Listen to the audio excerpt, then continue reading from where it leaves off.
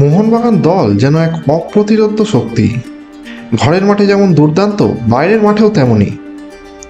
চলতি আইএসএল মরশুমে প্রথম অ্যাওয়ে ম্যাচে বেঙ্গালুরুর কাছে হারের পর আর একবারও বাইরের মাঠে পরাস্ত হয়নি তারা।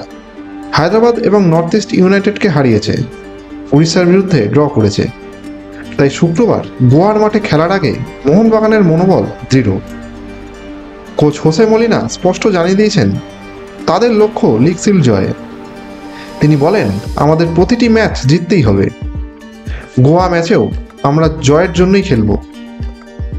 যদিও দলের তারকা ফুটবলার গ্রেগ স্টুয়ার্টের মাঠে নামা এখনও নিশ্চিত নয়। মলিনা জানিয়েছেন তার সুস্থ হতে আরও সময় লাগবে, কারণ পুরনো চোটের জায়গায় ব্যথা টের পাচ্ছেন তিনি। এতটুকু ব্যথা থাকলেও শুক্রবার তাকে খেলিয়ে ঝুঁকি নিতে চান না Mohun Bagan coach Jose Molina. Mohun Bagan এবং গোয়ার মুখোমুখি সাক্ষাতের ইতিহাসও সবুজ বেগুন শিবিরের পক্ষে। 7 বারের মোকাবিলায় মোহনবাগান জিতেছে 5 বার, হেরেছে মাত্র 2 বার। এছাড়া আইএসএল এ টানা 8 ম্যাচ অপরাজিত তারা। আগের ম্যাচে কেরল ব্লাস্টার্সের বিরুদ্ধে নাটকীয় জয় দলকে বাড়তি আত্মবিশ্বাস দিয়েছে। মলিনা আরও বলেন, আমরা টানা দ্বিতীয়বার লিগ শিল্ড জেতার জন্য কঠোর পরিশ্রম করছি, তবে এখন আমাদের পুরো মনোযোগ গোয়া ম্যাচে।